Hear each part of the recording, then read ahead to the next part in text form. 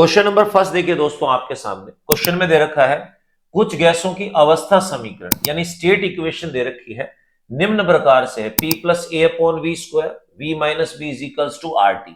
P pressure है, V volume है, T temperature है, A और B इसमें कांस्टेंट है और R जो है वो गैस कांस्टेंट है।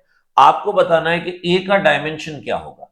देखिए यहां पर A और B दोनों कांस्टेंट है तो डायमेंशन A और B दोनों के पूछे जा सकते हैं, परंतु यहां पर सिर्फ ए का डायमेंशन पूछ रहा है। तो आप लोगों को एक सिंपल सा फंडा मैंने डायमेंशन फॉर्मूले में बताया है कि फिजिक्स के अंदर में वही दो फिजिकल क्वांटिटी भौतिक राशियां जुड़ सकती हैं या घट सकती हैं, प्लस माइनस तभी हो सकता है जब उनके डायमेंशन फॉर्मूले सेम हो। तो यहां पर क्या देखिए, पी जो है वो ए अपॉन वी स्क्वायर के साथ में प्लस हो रहा है, तो हम ये कह सकते हैं कि पी का dimension formula A upon V square के डायमेंशन फॉर्मूला के सेम होगा। अगर मान लो बी पूछता तो आप ये भी कह सकते थे कि वी का डायमेंशन फॉर्मूला बी के डायमेंशन फॉर्मूले के सेम होगा, पर हमारा क्वेश्चन जो है वो ए को ही सेटिस्फाई करता है। तो हम ये कह सकते हैं कि पी का dimension formula A upon V square के डायमेंशन फॉर्मूला के सेम होगा। अब देखो वी स्क्वायर को शिफ्ट करो, A is equals to P V square. देखिए पी है pressure, pressure force upon area, तो डायमेंशन फॉर्मूला हो जाएगा m1 L-1 T-2। Same volume होता है मीटर क्यूब, तो एल क्यूब हो गया और ऊपर पावर 2 लिखी हुई है, तो मैं ऐसे लिख देता हूं एल क्यूब और पावर 2। तो m1 L-1 T-2 और साथ में ये हो गया हमारे पास में L6, 3 2 जा 6। अब देखिए L को L के साथ में ऐड करना है, M सिंगल पावर है, L हो गई पावर 5 और T हो गया हमारे पास -2। तो A जो है उसका dimension formula m1 L5 T-2।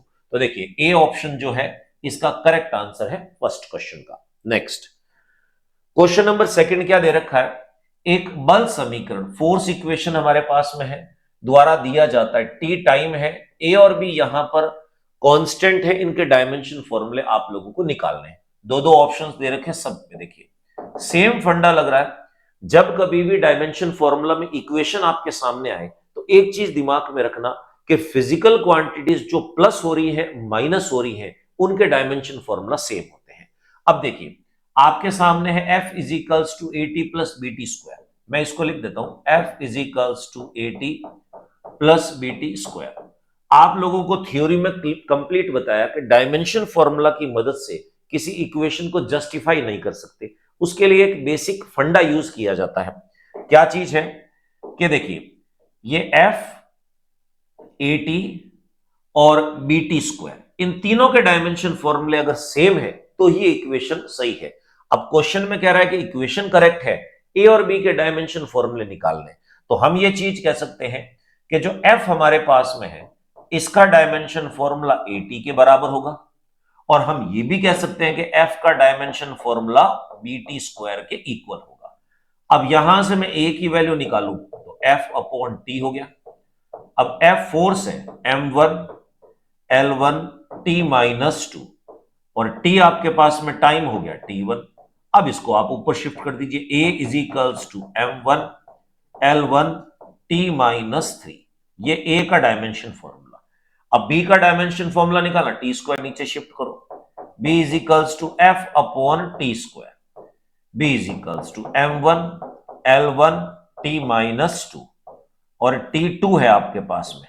अब ये ऊपर शिफ्ट होगा तो -4, यानी m1 L1 T-4। अब ऑप्शन ढूंढ लीजिए, ए में है m1 L1 T-3, m1 L1 T-3 और बी है m1 L1 T-4, m1 L1 T-4, यानी ए ऑप्शन जो है वो सेकंड क्वेश्चन का हमारा करेक्ट आंसर है। क्वेश्चन नंबर थर्ड देखिए, बिल्कुल बेसिक क्वेश्चन है, इसमें क्या रखा है, निम्न में से कौन सी स्वप्रेरकत्व की इकाई नहीं है, यानी सेल्फ इंडक्टेंस जो आपने देखा होगा चोक कॉइल जो होती है उसमें यूज होता है। हेनरी नाम के साइंटिस्ट ने इसको बताया था और इसकी यूनिट भी हेनरी है। तो आपसे पूछ रहा है जो एल होता है स्वप्रेरकत्व, इनमें से कौन सा उसका यूनिट नहीं है। तो सबसे पहले एक चीज देखिए, आप लोगों को यह पता होना चाहिए कि स्वप्रेरकत्व के फॉर्मूले क्या क्या है। सबसे पहला फॉर्मूला हमारे पास में आता है phi is equals to L into I. तो एल की बात करूं मैं तो एल इज इक्वल्स टू है फाई अपॉन आई। अब देखो फाई चुंबकीय फ्लक्स है और चुंबकीय फ्लक्स का मात्रक होता है वेबर। करंट आपके पास में है एम्पियर, तो हम ये कह सकते हैं कि वेबर पर एम्पियर इसका मात्रक होगा, यानी फर्स्ट ऑप्शन तो हमारे पास में होगा मात्रक। हमें ये बताना है कौन इसकी यूनिट नहीं है। दूसरा, आपने माइकल फेराडे का नियम पढ़ा होगा जिसको इलेक्ट्रोमैग्नेटिक इंडक्शन का नियम कहते हैं।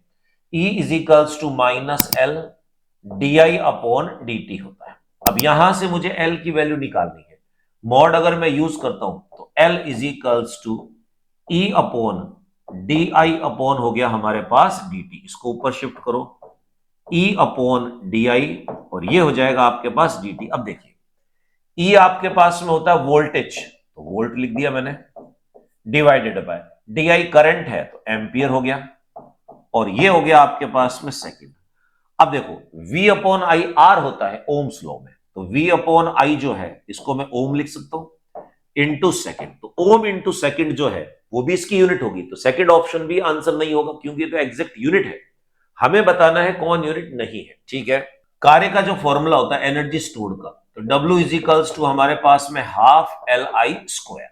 अब देखो, L की वैल्यू आपको निकालनी है, तो L इज इक्वल्स टू कितना होगा, 2W upon I square. Two constant है, कोई यूनिट नहीं है, तो ये होगा हमारे पास में joule divided by ampere square. अब आप कह सकते हो जूल पर एम्पियर स्क्वायर भी इसकी यूनिट होगी। देखिए, जूल पर एम्पियर स्क्वायर यूनिट है, ओम इंटू सेकेंड यूनिट है, वेबर पर एम्पियर यूनिट है, परंतु जूल इंटू एम्पियर इसकी कोई यूनिट नहीं है। तो थर्ड क्वेश्चन का हमारा करेक्ट आंसर जो है वो सी ऑप्शन है। क्यों? क्योंकि सी ऑप्शन में जो यूनिट लिखी हुई है वो स्वप्रेरकत्व का मात्रक नहीं है।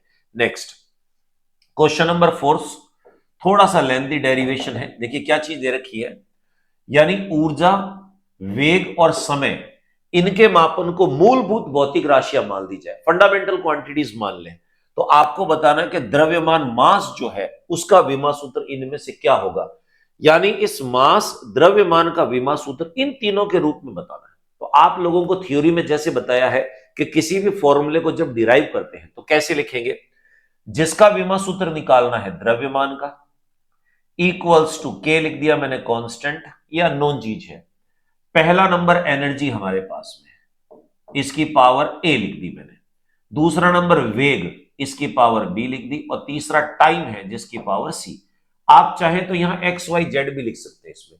अब मुझे इतना पता चल गया कि द्रव्यमान इन तीनों चीजों पे डिपेंड कर रहा है। मुझे एबीसी की वैल्यू निकालिए ताकि मुझे पता चले कि इनके ऊपर पावर क्या आएगी इसमें, ठीक है। अगले स्टेप में इनके डायमेंशन फॉर्मूले रखने।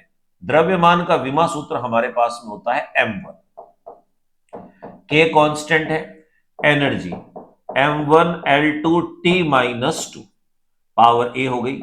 दूसरा वेग L1T माइनस 1 और पावर बी। तीसरा टाइम है आपके पास, तो T1 हो गया और पावर हो गई इसमें सी। अब ये जो पावर्स दे रखी है इनको अंदर मल्टीप्लाई करना है, तो क्या बन जाएगा ये m1 इज इक्वल्स टू के। अब देखो, साथ साथ के अंदर में m जितने भी है उन सबको इकट्ठा करेंगे। m अकेला है तो यहां पर लिखेंगे m की पावर a। l देखो, l 2 है यहां पर, तो ये बन जाएगा 2a। उसके बाद में l की पावर 1 है और यहां b लिखा हुआ है, तो प्लस हो गया b हमारे पास, और यहां पर l नहीं है। तीसरा t की बात करते हैं, t, तो t की पावर -2 है तो -2a, t की पावर -1 है तो -b, t की पावर 1 है तो +c। अब यहां पर हम क्या करेंगे, इक्वेट करेंगे m की पावर को m से, l की पावर को l से, t की पावर को t से। तो m की पावर लेफ्ट में 1 लिखी हुई है और राइट में है a, तो a की वैल्यू आ गई हमारे पास में 1, यानी e की पावर 1 आएगी जिस किसी भी ऑप्शन की बात करें। l की पावर, यहां l नहीं है इसका मतलब 0, इक्वल्स टू 2a प्लस b। a की वैल्यू 1 पुट कर देते, 0 इक्वल्स टू 2 प्लस b, तो b की वैल्यू आई हमारे पास में -2।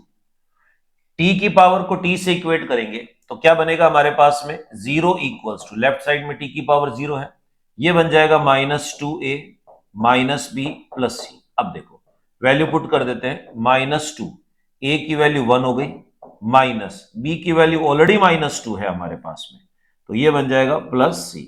0 equals to -2 plus 2 plus c, 2 से 2 cancel out, c equals to हो गया 0। अब देखो एबीसी तीनों आ गई, इन एबीसी की वैल्यूज इस इक्वेशन में डाल देंगे तो क्या बनेगा हमारे पास में, ये बन जाएगा m इज इक्वल्स टू, के कांस्टेंट है, e की पावर a तो e की पावर 1 हो गई, v की पावर b तो v की पावर -2 हो गई, और t की पावर c है हमारे पास तो t की पावर हो गई 0।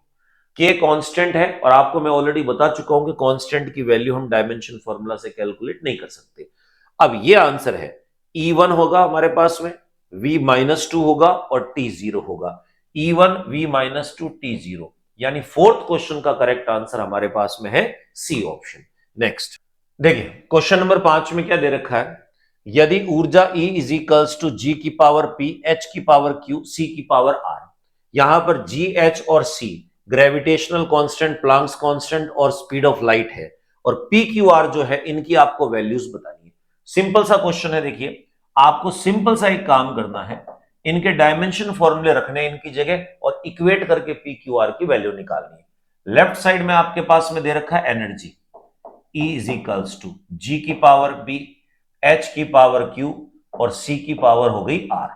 अब इनके डायमेंशन फॉर्मूले पुट करते हैं। एनर्जी का डायमेंशन फॉर्मूला होता है M1 L2 T-2 equals to universal gravitational constant, इसका डायमेंशन फॉर्मूला है M-1 L3 T-2 पावर हो गई P। प्लांक्स कांस्टेंट जो है इसकी यूनिट जो होती है हमारे पास में वो होगी जूल इनटू सेकंड, तो जूल की बात करें हम इसमें तो M1 L2 हो गया और T-2 होता है, सेकंड्स है तो T-1 हो जाएगा इसमें, और ये पावर बन गई Q। Speed of light L1 T-1 और ये बन जाएगा आपके पास R। अब इक्वेट करेंगे लेफ्ट साइड में as it is M1 L2 T-2। अब राइट साइड में देखिए M को इक्वेट करें L के साथ में और T के साथ में, M की पावर आपके पास में है -P और यहां पर है +Q, और L की पावर की बात करें तो 3P + 2Q और ये हो गया हमारे पास में +R, और T की अगर मैं बात करता हूं तो यहां देखिए -2P हो गया और यहां पर है -Q और यहां पर बन जाएगा -R। ये आपके पास है। अब इक्वेट करते हैं इसको हम, M की पावर 1 -P + Q, पहली इक्वेशन बन गई। दूसरी L की पावर 2 है तो 2 is equals to 3P + 2Q + R।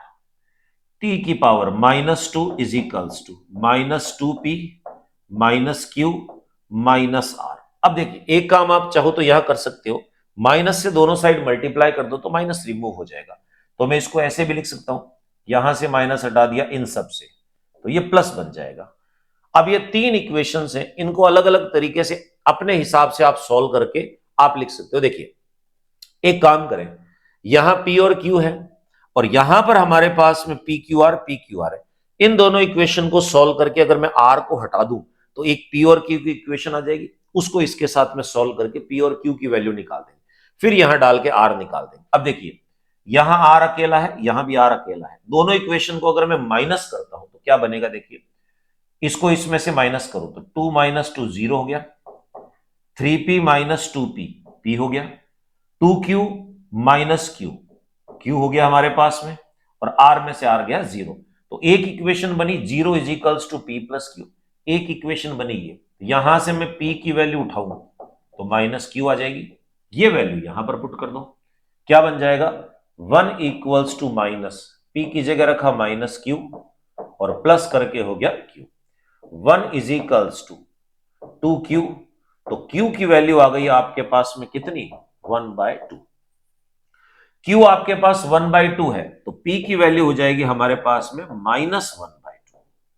P आ गया, Q आ गया, अब यहां पर वैल्यू रख के R की वैल्यू निकाल सकते हैं, क्या बन जाएगा देखिए 2 इज इक्वल्स टू 2, P हमारे पास में है -1/2 प्लस Q आपके पास में है 1/2 एंड R, ये इससे कैंसिल आउट हुआ, 2 is equals to -1 plus 1/2 plus R, ये इधर जाएगा तो कितना होगा 3 बन जाएगा, और इसको भी यहां शिफ्ट करो, R इज इक्वल्स टू 3 - 1/2, ये बन गया आपके पास में 5/2।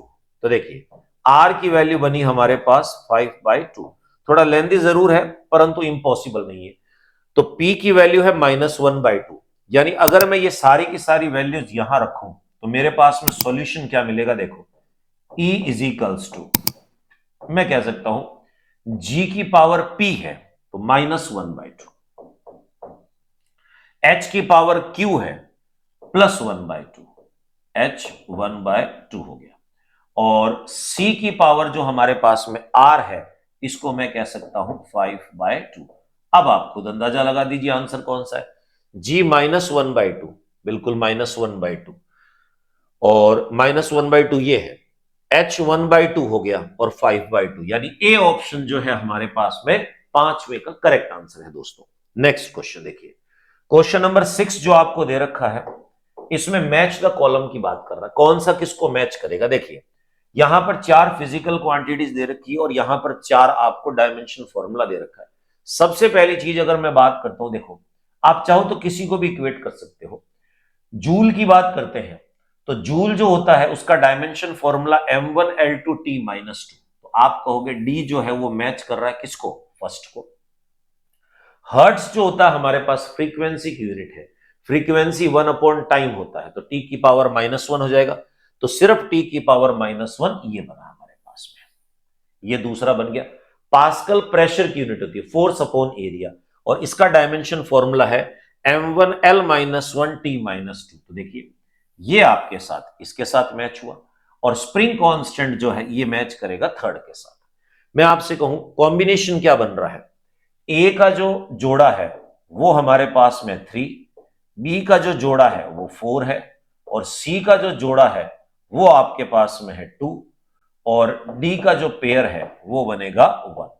तो 3 4 2 1, 3 4 2 1 ये हमारा आंसर है, 3 4 2 1। फर्स्ट ऑप्शन जो है 6 का करेक्ट आंसर। आप चाहें तो डायमेंशन फॉर्मूला सोल्व करके चेक कर सकते हैं। नेक्स्ट क्वेश्चन नंबर 7वां, निम्न में से कौन सा पेयर जोड़ा जो है विमा सूत्र उनके समान नहीं है, डायमेंशन फॉर्मूला सेम नहीं है। हमने कहा ठीक है, देखिए पहला कह रहा है कि तनाव और पृष्ठ तनाव। देखो प्यारे बच्चों, तनाव जो होता है टेंशन फोर्स जिसको हम कहते हैं, ये फोर्स है, इसका डायमेंशन फॉर्मूला m1l1t-2 है। पृष्ठ तनाव लिक्विड की प्रॉपर्टी होती है, इसको हम कहते हैं पृष्ठ तनाव जो है एकांक लंबाई लगने वाला बल, फोर्स पर यूनिट लेंथ। तो इसका डायमेंशन फॉर्मूला निकालूं तो ये बन जाएगा m1l0t-2। तो हम पहले ही बात कर सकते हैं कि ये दोनों आपस में इक्वल नहीं है। अब प्रतिबल और दाब की बात करो, दोनों का डायमेंशन फॉर्मूला सेम होता है m1l-1t-2। प्लांक नियतांक और कोणीय संवेग दोनों की यूनिट सेम होती है, जूल इंटू सेकेंड्स, और कोणीय कोण और विकृति दोनों ही यूनिटलेस होते हैं, यानी फर्स्ट ऑप्शन जो है वो हमारा करेक्ट आंसर है, क्योंकि इनके डायमेंशन फॉर्मूले आपस में मैच नहीं करते हैं। नेक्स्ट क्वेश्चन, 8वां क्वेश्चन, निम्न विमाओं में से कौन सी फेराडे की विमा होगी, यानी आपको बताना इनमें से कौन सी यूनिट जो है वो फेराड की यूनिट। देखो मैं आपको एक चीज बताऊं, फेराड अलग है, फेराडे अलग है। फेराडे चार्ज की लार्जेस्ट यूनिट होती है, जबकि यहां पर ये पूछ रहा है फेराड की बात कर रहा है। तो आप लोगों को पता है कि एक यूनिट होती है जिसको हम कहते हैं संधारित्र की धारिता, capacity of capacitance, capacity of capacitance. Capacity of capacitance जो है धारिता कहलाती है। माइकल फेराडे का संधारित्र का जो नियम है उसमें एक सिंपल सी चीज है जिसको हम कहते हैं Q is equals to C into V। तो C हो जाएगा हमारे पास में Q अपॉन V। अब Q है चार्ज, चार्ज हमारे पास में होता है करंट इंटू टाइम। वोल्टेज जो है ये होता है आपके पास में W अपॉन Q। अब इनकी डायमेंशन फॉर्मूला रख देते हैं, देखते हैं क्या बनता है। करंट है हमारे पास में A1 और ये बना हमारे पास में T1। कार्य जो है m1l2t-2, और ये चार्ज नीचे है यहां पर, तो ये बन जाएगा आपके पास में A1T1। अब देखो इसको ऊपर शिफ्ट करते हैं तो ये बन जाएगा आपके पास में A2T2, और नीचे आपके पास में है वर्क m1l2t-2। अब सॉल्व आउट कर दो, आपका आंसर आपके सामने C is equals to m अकेला है तो m की पावर -1, l आपके पास में अकेला है तो l की पावर हो गई आपके पास -2, t -2 ऊपर जाएंगे तो +2, तो t की पावर हो गई 4, और एम्पियर अकेला ऊपर 2 है, तो ये डायमेंशन फॉर्मूला है। m है इसमें -1, l है -2, t है 4 और एम्पियर स्क्वायर, यानी 8वें क्वेश्चन का करेक्ट आंसर आपके पास में ए है। मैंने आपको ऑलरेडी पहले भी कहा, मैं वापस कह रहा हूं, अगर आपको किसी भी फिजिकल क्वांटिटी का फॉर्मूला पता है या एटलीस्ट उसकी यूनिट पता है तो आप डायमेंशन फॉर्मूला इजी वे में निकाल सकते हो। नेक्स्ट क्वेश्चन नंबर 9, बल आघूर्ण का विमीय सूत्र है, dimension formula of torque is. तो देखिए, टॉर्क जो होता है हमारे पास में वो होता है बल इंटू लंबवत दूरी, फोर्स इंटू परपेंडिकुलर डिस्टेंस। बल जो हमारे पास में है m1 l1 t -2, और दूरी जो है ये l1 होता है, इकट्ठा कर दो आप इसको, m1 l2 t -2। तो m1 l2 t -2 ये कार्य का भी यूनिट होती है हमारे पास, तो कौन सा ऑप्शन है, m1 l2 t -2, m1 l2 t -2। 9th का correct answer C option. 10th, द्रव्यमान m, लंबाई l और समय t और विद्युत धारा A को मूल राशियां मानते हुए पारगम्यता जो हमारे पास में है, इसका आपको डायमेंशन फॉर्मूला कैलकुलेट करना है। तो हम एक सिंपल सी चीज कह सकते हैं, इन चारों को हमने मान लिया है फंडामेंटल क्वांटिटीज, और ये जो हमारे पास में म्यू नॉट है इसका डायमेंशन फॉर्मूला निकालना है। तो देखिए, सबसे पहले इसको इक्वेशन की फॉर्म में लिखेंगे कि म्यू जो है इक्वल्स टू, कांस्टेंट को 1 एज्यूम कर रहा हूं, m की पावर हो गई a, l की पावर b, टाइम t की पावर c, और करंट जो एम्पियर है इसकी पावर हो गई हमारे पास में a कह दिया, इसमें d कह दिया।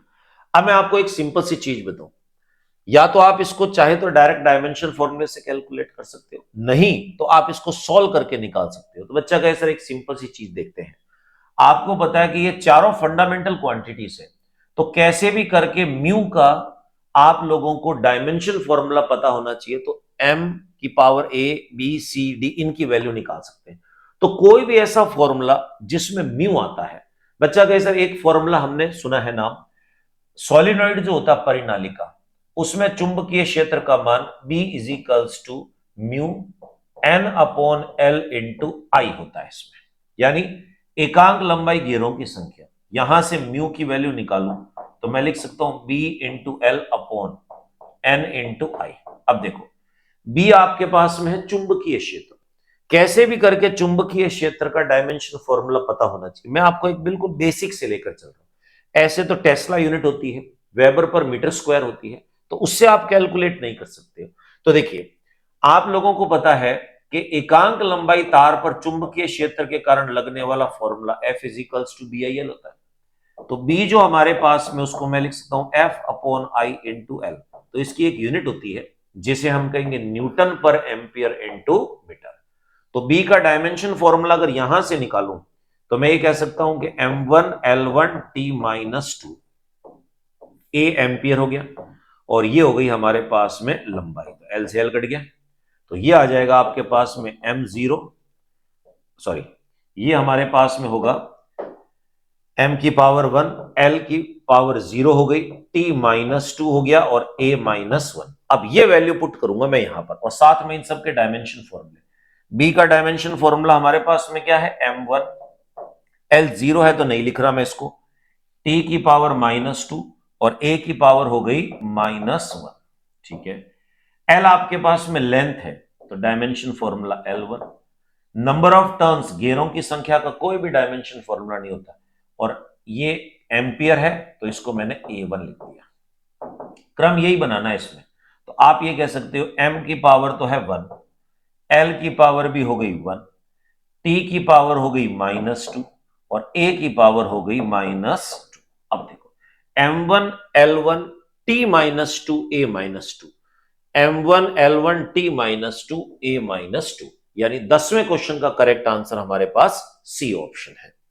11वें क्वेश्चन की बात करते हैं, सापेक्ष घनत्व का डायमेंशन फॉर्मूला होता है। देखिए, ये जो वर्ड आते हैं ना सापेक्ष, रिलेटिव, यानी एक ही बिरादरी के दो वर्ड्स की तुलना की जाती है। तो हम ये कह सकते हैं कि अगर आपसे बात की जाए सापेक्ष घनत्व की, ये क्या होता है, किसी भी पदार्थ का घनत्व, किसी भी पदार्थ का घनत्व, the density of the material divided by पानी का घनत्व, पानी का घनत्व। यानी आप ये कह सकते हो किसी भी पदार्थ के घनत्व की पानी के घनत्व डेंसिटी से अगर मैं कंपैरिजन करूं, तुलना करूं, तो उसको सापेक्षिक घनत्व कहते हैं।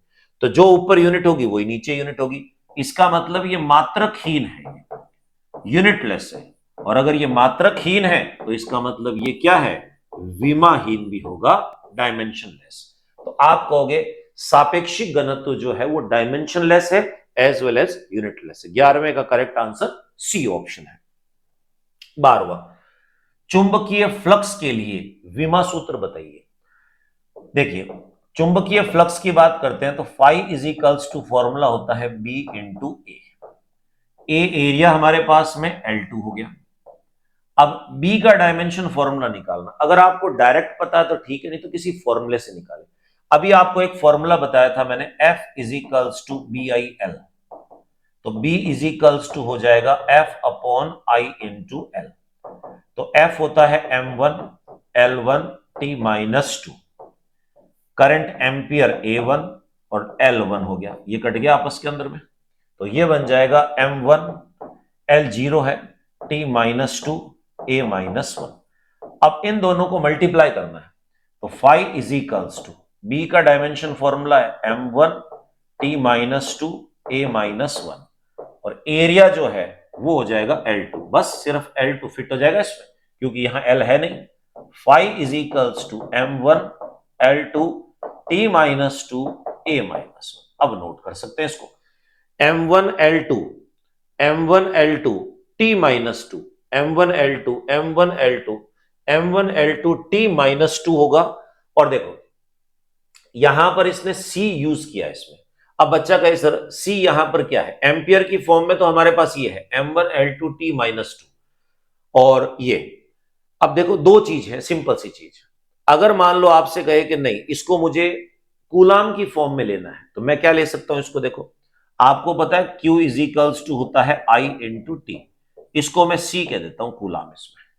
तो आप यहां पर ही कह सकते हो कि A1 और T1, ये आपके पास में चीज बनेगी। A1 T1 जो है उसको मैं C लिख सकता हूं, C यहां पर कूलाम है, हालांकि यहां पर जो देगा वो एम्पियर में देगा, पर इसने C दे रखा है यानी कूलाम की फॉर्म में।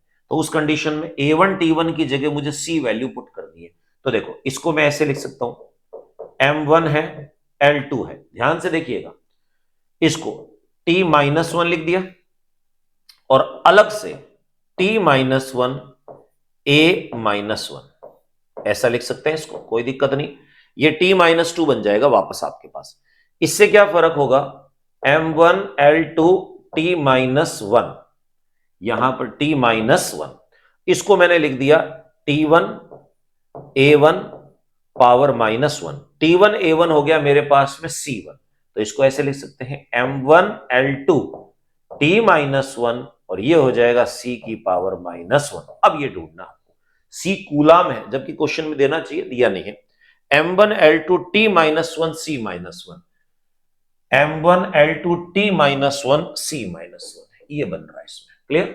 हालांकि क्वेश्चन में इसको लिखना चाहिए कि ये जो C दे रखा है ये करंट नहीं है। बच्चा क्या एज्यूम करता है कि C का मतलब करंट है, यहां पर मेरा ऑप्शन गलत दे रखा, नहीं, कूलाम है ये, कूलाम को फिट करना एम्पियर की फॉर्म में। तो 12वें का करेक्ट आंसर आपके पास A option. Next question number 13, सार्वत्रिक गुरुत्वीय नियतांक का विमा सूत्र क्या होगा। आप लोगों को पता है F is equals to G M1 M2 upon R square होता है। G जो है इसकी यूनिट अगर मैं निकालूं, न्यूटन मीटर स्क्वायर पर केजी स्क्वायर है। अब देखो न्यूटन लिखा हुआ है तो M1 L1 T minus 2, metre square तो L2 हो गया, केजी स्क्वायर तो ये हो गया M2 आपके पास में। क्लियर?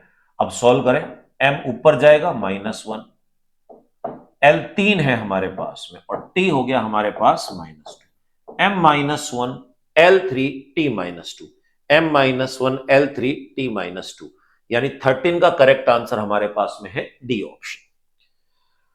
क्वेश्चन नंबर 14, कौन सा मात्रक अन्य के समान नहीं है? इन चारों में से एक डिफरेंट है, वो ढूंढना है। देखिए, वॉट इंटू सेकेंड, तो आपको पता है P इज इक्वल्स टू होता है W upon T, W is equals to होता है P into T, watt into second. तो ये जो मात्रक है ये किसका है? कार्य का मात्रक है, वर्क का। किलोवाट आवर, ये भी कार्य का मात्रक है, ऊर्जा की बात करें। इलेक्ट्रॉन वोल्ट, ये भी यूनिट कार्य का है, वर्क एनर्जी का है। परंतु जूल इंटू सेकेंड जो है ये मात्रक है प्लांक्स कांस्टेंट का, प्लांक नियतांक का। तो अब आप खुद देखिए, पहले तीन ऑप्शन ऊर्जा के मात्रक की बात करें और चौथा बोल रहा है प्लांक कांस्टेंट का, तो डी ऑप्शन जो है वो बाकी तीनों से डिफरेंट है। तो 14 का करेक्ट आंसर हमारे पास डी ऑप्शन हुआ। नेक्स्ट क्वेश्चन नंबर 15, माना कि अपवर्तनांक म्यू इस इक्वेशन से रिप्रेजेंट हो रहा है, ए और बी कांस्टेंट है, लेमडा तरंग दैर्ध्य है, तो बी का डायमेंशन फॉर्मूला बताना। आप लोगों को ऑलरेडी बता रखा है फिजिक्स में, जब इक्वेशन की फॉर्म में आपके सामने क्वेश्चन आए तो आप ये कह सकते हो कि इन तीनों के डायमेंशन फॉर्मूले आपस में एक दूसरे के क्या होंगे? सेम होंगे। अब हमें ए तो निकालना नहीं है, तो इनके डायमेंशन फॉर्मूलों को इक्वेट कर देंगे। Mu is equals to B upon lambda square. इत्तेफाक से म्यू जो होता है ये मात्रकहीन है, यूनिटलेस है। जब यूनिटलेस है तो डायमेंशन भी नहीं होगा, तो इसको इधर शिफ्ट करो।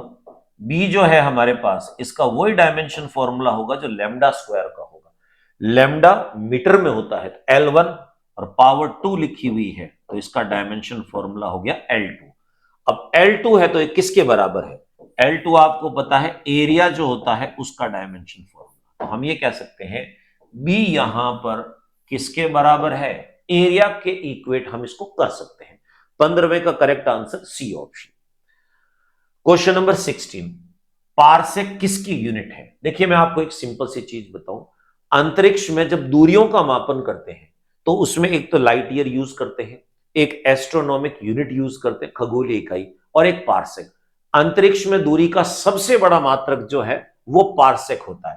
तो आप कहोगे पारसेक किसकी यूनिट है? डिस्टेंस। तो 16वें का करेक्ट आंसर बी ऑप्शन। 17वां, प्लांक नियतांक और जड़त्व के आघूर्ण लिख रखा, हालांकि जड़त्व आघूर्ण है, इनके विमाओं का अनुपात किसके समतुल्य होगा? हमने कहा ठीक है, सॉल्व करके देखते हैं। प्लैंक्स कांस्टेंट की बात करें H, और जड़त्व आघूर्ण मोमेंट ऑफ इनर्शिया I की बात करें। प्लैंक्स कांस्टेंट जो H है इसकी यूनिट होती है हमारे पास में जूल इंटू सेकेंड, और ये mr स्क्वायर होता है, यानी kg इंटू मीटर स्क्वायर। चाहो तो डायमेंशन फॉर्मूला से निकाल सकते हैं, हमने कहा चेक कर लेते हैं। जूल है m1 L2 T minus 2, second है T1, और ये हो गया हमारे पास में m1, और यहां हो जाएगा हमारे पास में L2। अब सॉल्व करें, देखो L2 से L2 कैंसिल हो गया, m1 से m1 कैंसिल हो गया, ये दोनों लड़ेंगे आपस में T माइनस 1, और T माइनस 1 जो है ये फ्रीक्वेंसी यानी आवृत्ति के बराबर होता है। तो आप कह सकते हो प्लैंक्स कांस्टेंट और मोमेंट ऑफ इनर्शिया, इन दोनों का जो रेशियो है वो फ्रीक्वेंसी के इक्वल होगा। 17वें का करेक्ट आंसर हमारे पास डी ऑप्शन। 18वां, विद्युत प्रतिरोध की विमा क्या होगी? देखिए डायमेंशन फॉर्मूला रटने की जरूरत नहीं, मैं ऑलरेडी पहले कह रहा हूं। बच्चा क्या करता है, ओवरबर्डन हो जाता है, सोचता है कि ये सारे डायमेंशन फॉर्मूले मुझे याद रखने, नहीं, जब जरूरत पड़े आप कैलकुलेट कर सकते हो। रेजिस्टेंस निकालना है, ओम्स लॉ कहता है कि V अपॉन I, V जो होता है W अपॉन Q, यानी एकांक आवेश को शिफ्ट करने में जो कार्य किया जाता है, और ये I हो गया, तो W अपॉन हम लिख सकते हैं Q इंटू I। अब इनकी आप यूनिट डाल दीजिए। W जो है हमारे पास में m1 L2 T minus 2, charge होता है करंट इंटू टाइम, तो A1 T1, और करंट ऑलरेडी रखा हुआ है A1। अब सॉल्व करें इसको, M1 हो गया, L आपके पास 2 हो गया, T ऊपर जाएगा -3, A2 हो गया यानी A minus 2, M1 L2 T minus 3 A minus 2, M1 L2 T minus 3 A minus 2। B option जो है 18वें का हमारा करेक्ट आंसर है।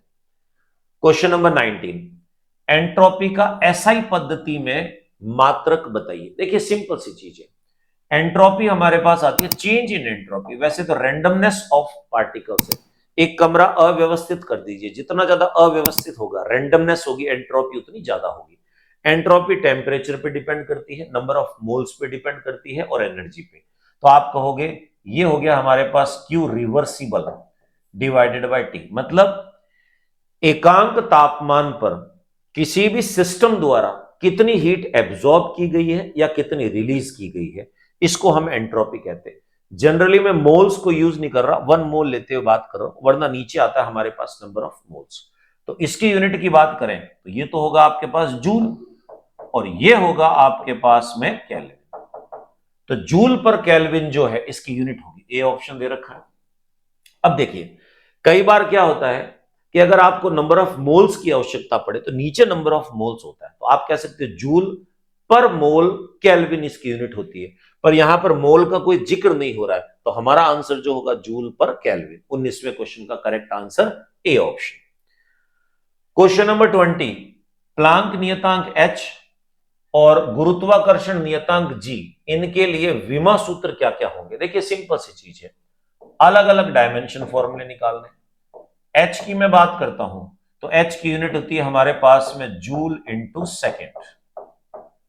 अब जूल जो है m1l2 t-2, और सेकेंड की बात करें तो t1, इकट्ठा कर लो, m1l2 t-1, ये तो बन गया प्लांक नियतांक के लिए। अब सार्वत्रिक गुरुत्व नियतांक की बात करें तो G इज इक्वल्स टू हमारे पास में न्यूटन मीटर स्क्वायर पर केजी स्क्वायर होता है, तो ये बन जाएगा m-1l3t-2। तो देखिए ये आपके पास डायमेंशन फॉर्मूले, m1l2 t-1, ये तो प्लांक नियतांक के लिए m1l2 t-1 ये बन रहा है इसमें, और m-1l3 t-2। तो करेक्ट आंसर हमारे पास 20वें क्वेश्चन का जो है वो बी ऑप्शन है। नेक्स्ट, चुंबकीय आघूर्ण का विमा सूत्र बताइए। अब चुंबकीय आघूर्ण जो होता है मैग्नेटिक फील्ड के फॉर्मूले में है, m इज इक्वल्स टू होता है हमारे पास n into I into A. n number of turns है, कोई यूनिट नहीं होती, ये एम्पियर है A1, और A जो है वो एरिया है हमारे पास, जिसको आप कह सकते हो L2। तो L2A1 ये डायमेंशन फॉर्मूला बनेगा, तो L2A1 बी ऑप्शन जो है 21वां करेक्ट आंसर। कई क्वेश्चन तो डायरेक्ट फॉर्मूला बेस्ड है, कई में थोड़े से डायमेंशन फॉर्मूले कैलकुलेट करने पड़ते हैं। क्वेश्चन नंबर 22, समय t है और वेग v है, इसकी इक्वेशन दे रखी है, एबीसी कांस्टेंट है और आपको एबीसी तीनों की यूनिट्स बतानी है। हमने कहा ठीक, v is equals to A T plus B upon T plus C. अब देखिए हमें पता है डायमेंशन फॉर्मूले से इसका डायमेंशन फॉर्मूला इसके बराबर होगा, इनका डायमेंशन फॉर्मूला आपस में सेम होगा, और इनके डायमेंशन फॉर्मूले को इससे इक्वेट कर सकते हैं, क्योंकि जो प्लस माइनस हो रहे हैं उनके डायमेंशन फॉर्मूले सेम होंगे। तो पहले v जो है वो at के बराबर होगा, a is equals to v upon T, तो एक्सेलरेशन बन गया हमारे पास। आप कहोगे L1t-2, तो a का डायमेंशन फॉर्मूला आ गया। c का डायमेंशन फॉर्मूला निकाल सकते हो, t और c आपस में सेम होंगे क्योंकि प्लस हो रहे हैं। ये फिजिक्स कहती है वही फिजिकल क्वांटिटी प्लस या माइनस हो सकती है जिनके डायमेंशन फॉर्मूला सेम होंगे। तो c का डायमेंशन फॉर्मूला हुआ t1, दूसरा आ गया हमारे पास में। अब b का डायमेंशन फॉर्मूला निकालना, इसको इसके साथ इक्वेट करते हैं, v is equals to B upon, नीचे है t प्लस सी, तो दोनों को लेने की जरूरत नहीं, किसी एक को लेते हैं हम, या हमने t ले लिया, तो b इज इक्वल्स टू हो गया v इंटू टी। तो देखो v हमारे पास में L1t-1 और t टाइम है तो t1 हो गया, ये बन जाएगा L1। तो आप कहोगे a का डायमेंशन फॉर्मूला हुआ L1t-2, b का डायमेंशन फॉर्मूला हुआ L1 और c का डायमेंशन फॉर्मूला है t1। अब देखिए ऑप्शन कौन सा है, L1t-2, L और t1, पहला पहला ऑप्शन जो है यही हमारा करेक्ट आंसर है 22वें क्वेश्चन का। 23, निम्न 5 भौतिक राशियों में से कौन सी दो एक जैसे डायमेंशन फॉर्मूला रखती है। ठीक है, पहला कह रहा है एनर्जी डेंसिटी, ऊर्जा घनत्व, ये होता है आपके पास में जूल पर मैं यहां ऐसे लिख देता हूं इसको। देखो, इसकी बात करें तो एनर्जी पर यूनिट वॉल्यूम होती है। इसका डायमेंशन फॉर्मूला एनर्जी m1L2T-2, नीचे हो गया L3, तो m1L-1T-2। मैं साथ साथ में डायमेंशन फॉर्मूले लिख रहा हूं। दूसरा अपवर्तनांक मात्रकहीन होता है, यानी विमाहीन, डायमेंशन लेस है हमारे पास में। तीसरा है डाइलेक्ट्रिक कांस्टेंट, ये भी विमाहीन है, विमाहीन, ठीक है। चौथा यंग का गुणांक, ये इलास्टिसिटी के इक्वल होता है, फोर्स अपॉन एरिया प्रेशर के इक्वल, यानी m1L-1T-2, ये हो गया हमारे पास में। और चुंबकीय क्षेत्र की बात करें तो F इजिकल्स टू BIL, हम इसी से निकाल लेते हैं, B equals to F upon IL, यानी m1L1T-2, और ये हो गया A1 और L1। हालांकि ये तो बेचारा किसी के बराबर नहीं बनेगा क्योंकि एम्पियर किसी में आया ही नहीं। m1L, L कट गया इसमें आपस में, देखिए L से L कैंसिल आउट, m1 हो गया, L0 है, T-2, A-1। अब देखो यहां पर कौन कौन किसके इक्वल आ रहा है। A जो है m1L1T-2, m1L-1T-2। A जो है ये आ रहा है D के बराबर, और B जो है वो आ रहा है C के बराबर। तो चेक कर लेते हैं हम कौन सा। A D के बराबर तो मुझे दिख रहा है, B C के बराबर कहीं से नहीं दिख रहा। अगर ये दिख भी रहा होता तो बोनस नंबर मिल जाता। तो आप कहोगे A ऑप्शन आपके पास करेक्ट है, क्यों? A और D के डायमेंशन फॉर्मूले सेम है। क्वेश्चन नंबर 24, A और B जो है इनके डायमेंशन फॉर्मूले अलग अलग हैं, तो कौन सी संक्रिया वैध होगी, कौन सी चीज फ्रूटफुल होगी, समझाया जा सकता है। आपको पता है अगर अलग अलग है विमा सूत्र, तो आपको पता है कि प्लस और माइनस वही राशियां हो सकती है जिनके डायमेंशन फॉर्मूले सेम है। ए और बी को डिफरेंट बता रहा है तो ये जुड़ नहीं सकती, माइनस नहीं हो सकती, तो ये नहीं हो सकता, ये नहीं हो सकता, ठीक है। तीसरे की बात करते हैं, यहां कह रहा है e की पावर माइनस ए बाय बी। आपको पता है कैसे भी करके ये विमाहीन हो जाना चाहिए, डायमेंशन लेस होना चाहिए। क्यों? क्योंकि e की पावर की कोई डायमेंशन नहीं होती है। ये तभी विमाहीन हो पाएंगे जब ये आपस में एक दूसरे के सेम डायमेंशन में होंगे। तो इसका मतलब ये भी गलत है। हां, भाग हो सकते हैं आपस के अंदर में, यानी ए ऑप्शन करेक्ट है। फोर्स पावर के साथ में डिवाइड हो सकता है, मल्टीप्लाई हो सकता है, प्लस नहीं हो सकता, माइनस नहीं हो सकता। यहां डिवाइड क्यों नहीं हुआ? क्योंकि ई की पावर है। हां, अगर ई नहीं होता तो ये भी सही होता आंसर हमारे पास में। 24 का करेक्ट आंसर ए ऑप्शन। 25 आपसे कह रहा है कि ये डायमेंशन फॉर्मूला है, तो भौतिक राशियों में एबीसी की वैल्यू क्या होगी। देखो ये कह रहा है फोर्स, तो फोर्स है हमारे पास m1L1T-2, तो ए 1 होना चाहिए, बी भी 1 होना चाहिए, और C -2 है, तो ये ए 0 हो गया, गलत है। दूसरा कह रहा प्रेशर, प्रेशर जो होता है हमारे पास में ये m1L-1T-2, तो ए की वैल्यू 1 होनी चाहिए, बी की वैल्यू -1 होनी चाहिए, सी की वैल्यू -2 होनी चाहिए। बिल्कुल सही आंसर आ गया। चेक कर लेते हैं बाकी। वेलोसिटी की बात कर रहा है, वेग जो है ये L1T-1, ए 0 होना चाहिए, जबकि ए तो ऑलरेडी है, तो गलत है ये। एसेलरेशन की बात करें त्वरण की, तो L1T-2, तो ए 0 होना चाहिए क्योंकि m नहीं है, यहां गलत बोल दिया इसमें। इसका मतलब ए, सी और डी गलत है, बी हमारे पास में जो है वो करेक्ट आंसर हुआ 25वें क्वेश्चन का।